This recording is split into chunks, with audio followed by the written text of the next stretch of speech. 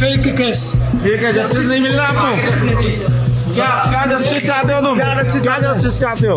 Justice चाहिए मुझे। अभी भी हमारा संविधान में भरोसा है, बट जस्टिस डिलेड।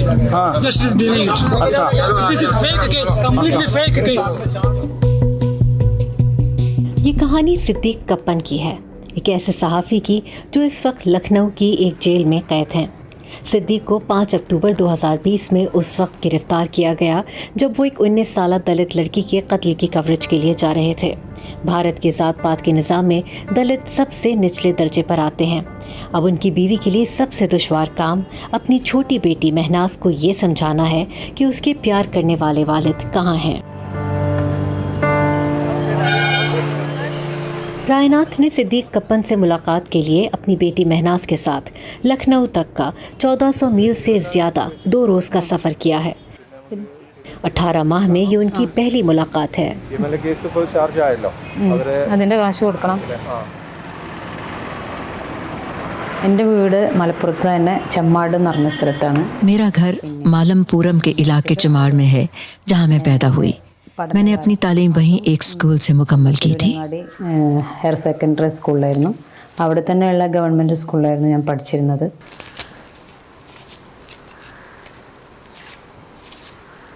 സിദ്ദീഖിനെ കാണുന്നത് 2002 में सिद्दीक की जानिब से शादी के बयान के बाद उनसे मेरी पहली मुलाकात हुई। കുട്ടിയാണെന്നൊക്കെ പറഞ്ഞുകൊണ്ടാണ് അങ്ങനെയാണ് കല്യാണം നടത്തുന്നത്. मुझे बताया गया कि वो एक भले इंसान है और जो हमारी शादी हो गई। उस वक्त वो एक निजी स्कूल में कंप्यूटर टीचर थे और इस तरह हमारी खुशबाश ज़िंदगी शुरू हुई। ഞങ്ങൾ ജീവിച്ചു പോന്നിട്ടുള്ളത്.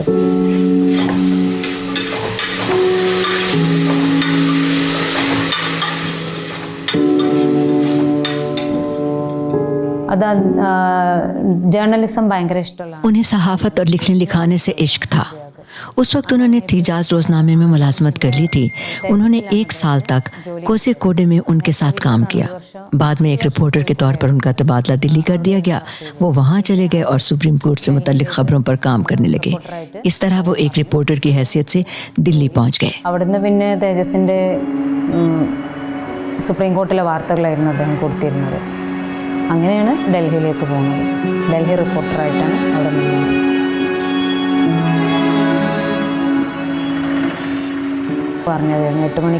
उन्होंने कहा था कि वो मुझे सुबह 8 बजे फ़ोन करेंगे। मैं उनकी कॉल का इंतज़ार करती रही, लेकिन उन्होंने फ़ोन ही नहीं किया। मैंने सोचा कि हो सकता है वो कोई इंटरव्यू करने गए हों, इसलिए मैंने भी उन्हें कॉल नहीं किया। അങ്ങനെ എന്തെങ്കിലും ഉണ്ടെന്നുണ്ടെങ്കിൽ ഇപ്പം നമ്മളോട് പറഞ്ഞിട്ടൊന്നുമല്ല പോയിട്ടുണ്ടാവും എന്ന് വിചാരിച്ച് ഒന്നും വിചാരിച്ചില്ല. 5 अक्टूबर 2020 की उस रात मैं सो नहीं पाई। मैं उन्हें टेक्स्ट और फ़ोन करके पैगाम तो छोड़ती रही। तमाम रात अपना टेलीफोन भी चेक करती रही। तकरीबन 2 बजे मैंने अपने फ़ोन पर देखा कि मेरे पैगामात को पढ़ लिया गया है। मैं जवाब ना मिलने पर उनसे खफा भी थी। मुझे क्या पता था कि उनका टेलीफोन पुलिस के पास है। എനിക്കറിയില്ലല്ലോ ഇതെന്താണ്, ആരാണ്, പോലീസിൻ്റെ കയ്യിലാണ് ഈ ഫോണെന്ന് ഞാൻ അറിയില്ല. പിന്നെ ആ ഫോണ് ഓഫാണ്. അതിന് ശേഷം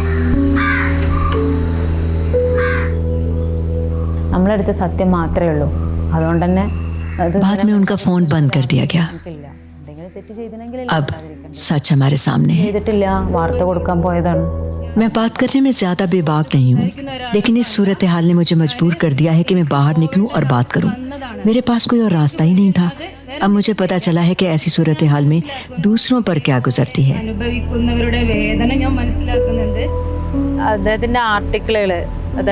पुलिस ने ऐसी मुखम न्यूज़ पोर्टल पर उनके आर्टिकल से चुन चुनकर वो हिस्से निकाल लिए जो मुसलमानों के बारे में है।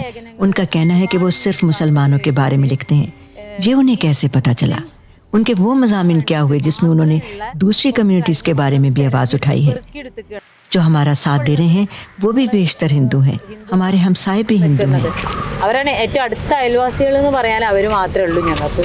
തീവ്രവാദിയായിട്ടൊന്നും ഞങ്ങൾക്കറിയില്ല. ഞങ്ങളതിൽ ഞങ്ങളെപ്പോലെ ഞങ്ങൾ ഇവിടെ हम नहीं समझते कि उन्होंने कोई जुर्म किया है। हमारे उनके ख़ानदान और उनके साथ अच्छी दोस्ती है। चाहे ये विष्णु या ओनाम हो या शादी की कोई तकरीब हो, हम हमेशा एक दूसरे के घर आते जाते हैं। हमने ख़ुद को कभी हिंदू या मुसलमान नहीं समझा।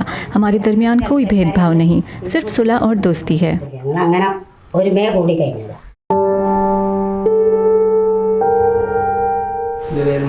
मैं सिद्दीक कप्पन का सबसे बड़ा बेटा मुजम्मिल हूँ। मैं चाहता हूँ कि मैं सॉफ्टवेयर इंजीनियर बनूँ।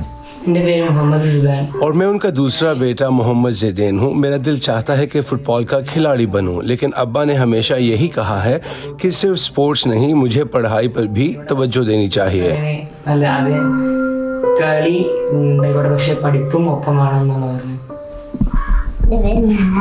मैं उनकी बेटी महनाज हूँ, मैं वकील बनूंगी। मेरे अब्बा भी हमेशा यही कहते हैं, लोगों को इंसाफ दिलाने के लिए।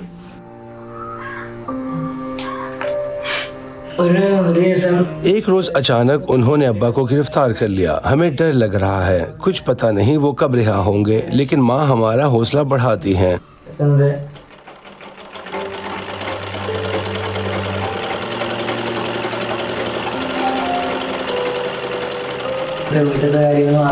इससे पहले वो सिर्फ घर के कामकाज करती थी और बस घर और बावर्ची खाने में रहती थी, लेकिन अब अपने कामों के अलावा वो बाहर जाकर अब्बा के केस के बारे में बात करती हैं और लोगों से मिलती हैं। बाज़ औक़ात इस केस की भागदौड़ में वो इतनी मसरूफ़ हो जाती हैं कि इनके पास घर के कामकाज के लिए वक्त ही नहीं होता। KUWJ യൂണിയൻ ഉണ്ട്। केरला की वर्किंग जर्नलिस्ट यूनियन शुरू से ही मेरे साथ है। मैं अपने दुख सुख उन्हें ही बताती हूँ। फिर एक सॉलिडारिटी कमेटी भी है। चिकोती सर और कुछ और लोगों ने पैसों से भी मेरी मदद की है और उन्होंने ही मुझे आज तक इस मुकदमे से निमटने की हिम्मत भी दी। എന്തെങ്കിലും ബുദ്ധിമുട്ടുണ്ടെങ്കിൽ എനിക്ക് സാമ്പത്തികമായിട്ടൊക്കെ എൻ്റെ പിന്നിൽ ഓരാണുള്ളത്। उन्हें 5 अक्टूबर 2020 को गिरफ्तार किया गया था। Kerala union of working journalists ने मुझसे रब्ता किया कि इस केस से निपटने की सूरत क्या हो। KUWJ की फेडरेशन दिल्ली में है। ये मामला सिर्फ कपन की गिरफ्तारी का नहीं है, ये एक सहाफ़ी की गिरफ्तारी का मामला है। खैर, इब्तिदा में उन्हें दूसरे अफराद के साथ मामूली इल्ज़ामात के तहत गिरफ्तार किया गया। बाद में संगीन जराइम भी शामिल कर दिए गए। मैं फ्रेम्ड का लफ्ज़ इस्तेमाल नहीं कर रहा, लेकिन मैं ये कहता हूँ कि उन्हें शक का फ़ायदा देना चाहिए जब तक कि उनके खिलाफ काफ़ी शहादत ना हो। दस्तयाब रिकॉर्ड की बुनियाद पर जहाँ तक मेरी मालूमात का ताल्लुक है, मैंने ऐसी कोई चीज़ नहीं देखी जिसकी वजह से उन पर ये जराइम साबित किए जाएं। He was mainly reporting from Supreme Court of India. वो ज़्यादातर भारतीय सुप्रीम कोर्ट से रिपोर्ट करते थे। उनकी बेशतर खबरों का ताल्लुक उन मसाइल से था जिनका भारत में अक़लियतों, दलित और दूसरे लोगों को सामना है। ये सरासर एक सहाफ़ी को अपने फ़राइज़ की अदायगी की वजह से फंसाने का मुकदमा है। क्या उनके पास कोई सबूत है, कोई शहादत है, कोई ज़रा भर भी शहादत कि वो किसी गैर कानूनी सरगर्मी या दहशतगर्दी में मुलव्वस थे? उनका वाहिद हथियार एक कलम था और कुछ नहीं। ये उनके खिलाफ कुछ तलाश नहीं कर पाए। कपन का मुकदमा ना तो पहला है और ना ही आखिरी।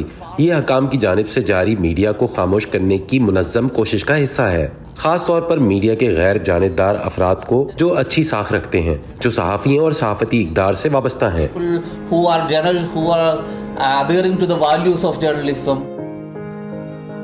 नीति न्याय कोड मसला ये है कि इंसाफ में ताख़ीर हो रही है, लेकिन मैं नाउमीद नहीं हूँ। मुझे यकीन है कि सच जल्द सामने आएगा।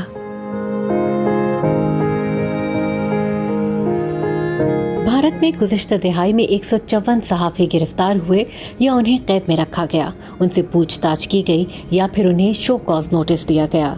9 गैर मुल्की सहाफ़ियों को मुल्क बदरी, गिरफ्तारी या पूछताछ का सामना रहा या फिर भारत में दाखिले की इजाज़त नहीं दी गई।